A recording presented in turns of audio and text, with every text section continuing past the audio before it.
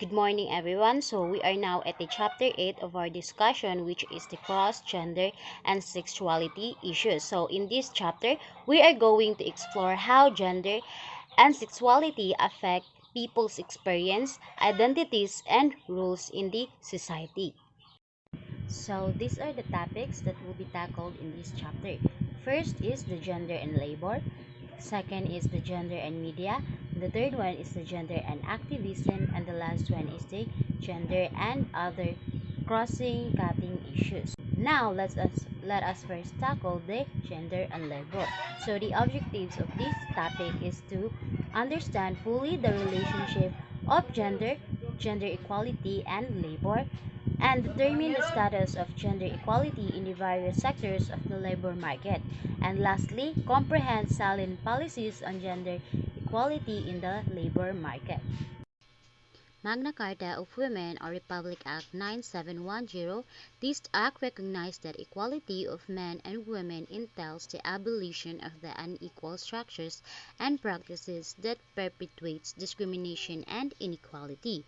The Philippine Commission on Women or PCW indicates that this act will level the playing by making productive resources and economic opportunities equally available for both men and women. Generally, women do not control family property and decision-making rights and the use of income, further limiting opportunities to break the poverty cycle.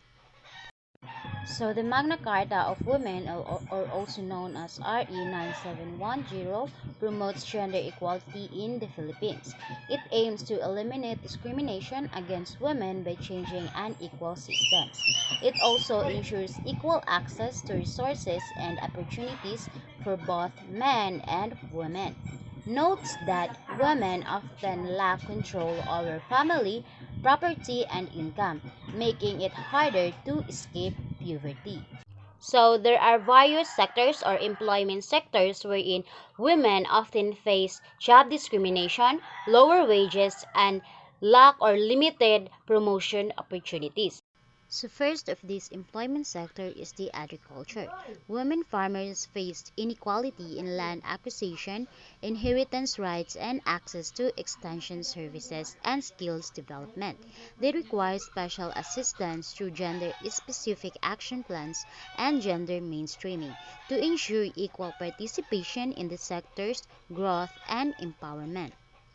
Most women in the agriculture often lack equal access to land, inheritance rights, training, and support services. So, they need a special support through gender focused programs to ensure fair participation and empowerment in the agriculture sector. So, um, some of the gender focused program includes land ownership program, skills training, access to credit and loan, gender sensitive extension services, and among others.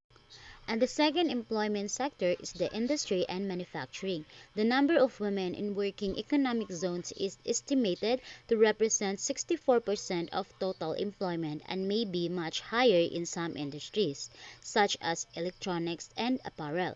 Women's share of employment in the export processing zones is much greater than women's share of the labor force as a whole, and the conditions of employment are of concern. Reports suggest that working and living conditions are poor, that women find it difficult to obtain work while pregnant and after the birth of their baby, and that unionization is uncommon. So, women make up a large part, around 60% of jobs in economic zones, especially in electronics and apparel industry. They are also concentrated in export processing zones and also often facing poor working conditions. So, many women struggle to find or keep jobs, especially during or after pregnancy, and also in labor unions are rare, limiting working protection. And the third employment sector is the tourism. It appears that tourism planning has not included women or has had insufficient regard for gender issues. Within the tourism industry, relatively few women have the educational qualification or foreign language skill to complete for front of house position in the hotel industry, as tour guides or in travel agencies, and women are more likely to be employed as a housekeepers, waitress, or similar low-level positions. Targeted educational program could provide women with necessary qualifications to climb the job ladder, which could progressively help to rectify the imbalance between work opportunities for men and women and eliminate gender gaps in tourism and employment. In tourism, women are underrepresented in tourism planning and high-level jobs due to lack of qualifications or language skills. So most women work in a low-level roles like housekeeping or waitressing. Education and training program can help women qualify for better jobs and reduce gender inequality in the tourism sector. And the fourth employment sector is the business processing outsourcing. The Philippines Information Technology Business Process in Outsourcing Roadmap 2011 to 2016 is not responsive and does not address women's constraints in assessing higher paid work in non-voice services or the likely growth in information technology and engineering. This matter as well as the pay differentials between men and women and employment conditions requires specific government attention.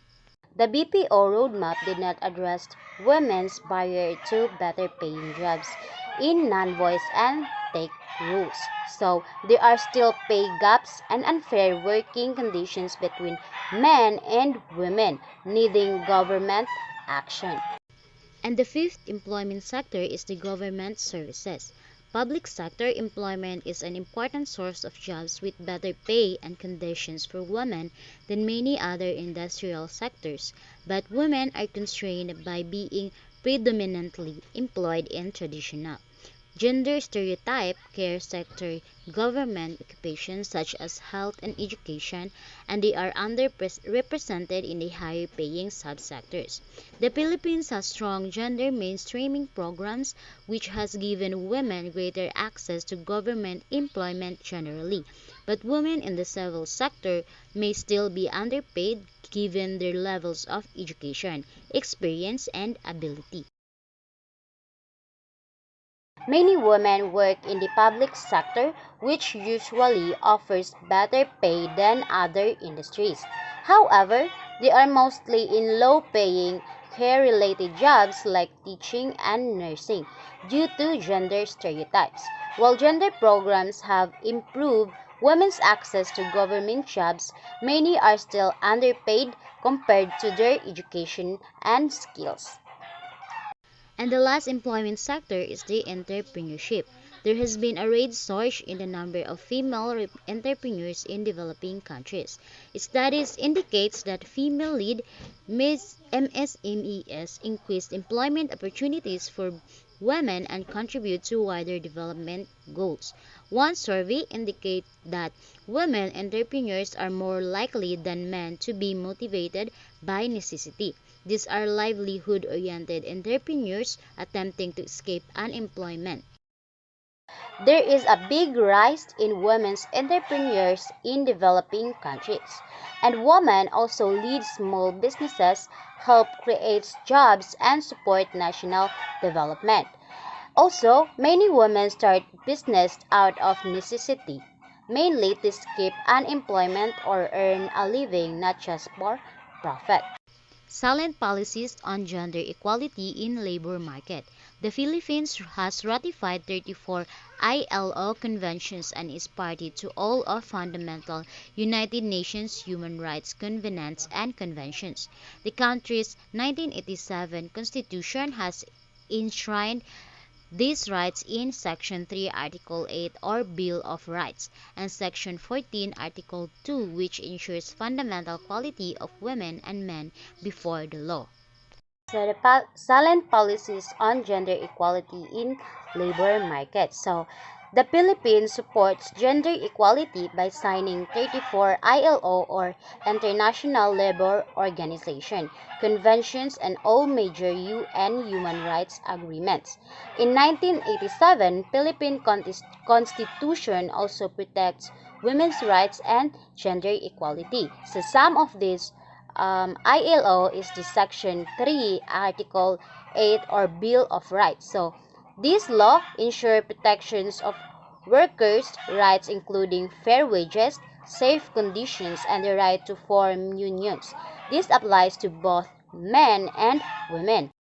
And the next one is the Section 14, Article 2, states that the state must ensure equality between men and women in all aspects of life, especially in lost opportunities and rights.